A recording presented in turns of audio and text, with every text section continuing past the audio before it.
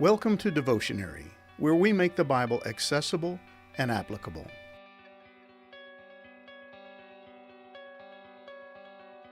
David is nearing the end of his life and reign as king of Israel, and he's being forced to step in and make an announcement regarding his successor.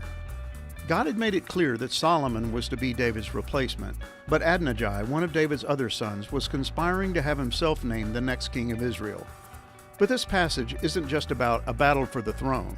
It's about God's desire to have the right kind of man wear the crown. As 1 Kings chapter 1 verses 28 through 40 will reveal, there's a huge difference between being a king and fulfilling God's expectations of being a ruler over his people.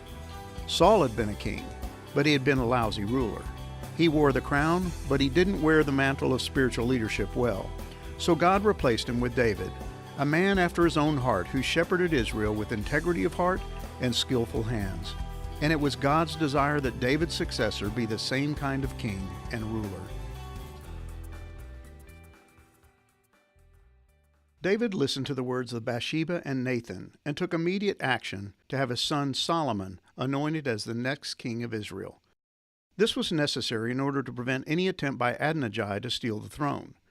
In fact, while Adonijah and his guests were busy celebrating what they thought was his new kingship, even calling him king, David was implementing the plans that would bring their little celebration to a grinding halt. But what should jump out at us in this passage are the expectations that David, Bathsheba, and the others had of Solomon. He was to be the successor of David, but even more than that, he was to carry on the unique relationship that David had with God. David had promised Bathsheba, "He shall sit on my throne in my place." 1 Kings 1 verse 30. There's far more to this statement than meets the eye. David is not just saying that Solomon would succeed him, but that he would act as his representative or replacement. Notice that David refers to the throne as my throne, and he says that Solomon will serve in my place. Solomon is not just to be another king of Israel, but the same kind of king as David. The same expectations that God had placed on David would fall on Solomon. And there was far more to being a king than simply the power and prestige that come with the title.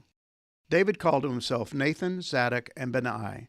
These three men represented the roles of prophet, priest, and military commander. Each of them would play a part in making Solomon the next king of Israel. But what's important to notice are the instructions David gives to these three men. "Take with you the servants of your Lord, and have Solomon my son ride on my own mule, and bring him down to Gihon, and let Zadok the priest and Nathan the prophet there anoint him king over Israel. Then blow the trumpet and say, 'Long live King Solomon.' You shall then come up after him, and he shall come and sit on my throne, for he shall be king in my place. And I have appointed him to be ruler over Israel and over Judah." 1 Kings 1 verses 33 through 35. Once again, David stated that Solomon will be king in my place, but he added another aspect to Solomon's role that must not be overlooked. He said that he was appointing Solomon to be ruler over Israel and Judah. Was this just another way of saying king? Does the word king refer to his title and ruler to his function? The key to understanding the significance of what David said is to be found in the words themselves. The Hebrew word for king is malach, and it refers to the actual reign of an individual. But when David said that he had appointed Solomon ruler over Israel and Judah, he was saying something completely different. The Hebrew word David used is nagid, and it has special significance to the Israelites. It's sometimes translated prince or leader, and was often used to refer to someone who ruled at God's discretion and decree.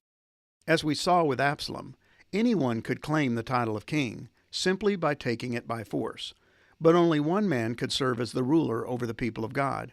Only one man could claim to be God's appointed leader. And with that appointment came heavy responsibilities. Just look back on when God told the prophet Samuel to anoint Saul the first ruler of Israel. "Anoint him to be leader, nagid, of my people Israel. He will rescue them from the Philistines, for I have looked down on my people in mercy and have heard their cry." 1 Samuel 9 verse 16. When Saul failed to rule or lead as God had commanded, he was told he would be replaced. "And now your kingdom must end, for the Lord has sought out a man after his own heart. The Lord has already appointed him to be the leader, nagid, of his people, because you have not kept the Lord's command." 1 Samuel 13 verse 14. God would later tell David, "This is what the Lord of heaven's armies has declared. I took you from tending sheep in the pasture and selected you to be the leader, Nagid, of my people. 2 Samuel 7, verse 8. Years later, God would tell the wife of Jeroboam, the king of the northern kingdom of Israel, "Give your husband Jeroboam this message from the Lord, the God of Israel. I promoted you from the ranks of the common people and made you ruler, Nagid, over my people Israel. I ripped the kingdom away from the family of David and gave it to you. But you have not been like my servant David, who obeyed my commands and followed me with all his heart, and always did whatever I wanted. You have done more evil than all who lived before you. You have made other gods for yourself, and have made me furious with your gold calves." 1 Kings 14, verses 7 through 9. You see, Solomon was expected to be far more than just a king. He was to be a ruler over the people of Israel and Judah. He was to carry on the role that God had given David, and that role included godly leadership.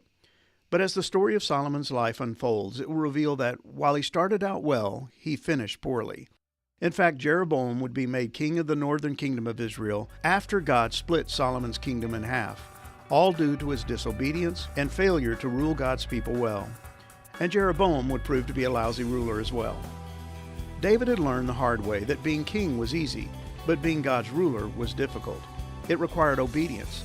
It demanded faithfulness. It came with serious ramifications if you failed to rule according to God's standards. Wearing the crown didn't make anyone king. It was living in submission and obedience to the one true king that made someone a real ruler. The sad truth about the history of Israel is that they would have many kings, but few rulers. The list of men who had the heart of David would be short. God would tell Jeroboam, "You have not been like my servant David, who obeyed my commands and followed me with all his heart, and always did whatever I wanted." He had the crown, but he lacked the commitment to the things of God. And this indictment would be leveled against king after king in both Israel and Judah. As was proven true with Absalom and Adonijah, anyone can win over the hearts of the people and have themselves crowned king, but few have the heart for God that would qualify them to rule and lead God's people. I'm reminded what God said to Samuel the prophet when he was at the house of Jesse, looking for the next king of Israel. When he laid eyes on Eliab, the eldest son of Jesse, Samuel said, "Surely this is the Lord's anointed." But God said to him, "Don't judge by his appearance or height, for I have rejected him. The Lord doesn't see things the way you see them. People judge by outward appearance, but the Lord looks at the heart." 1 Samuel 16, verses 7 through 8. The king wears a crown on his head, but the ruler carries God in his heart.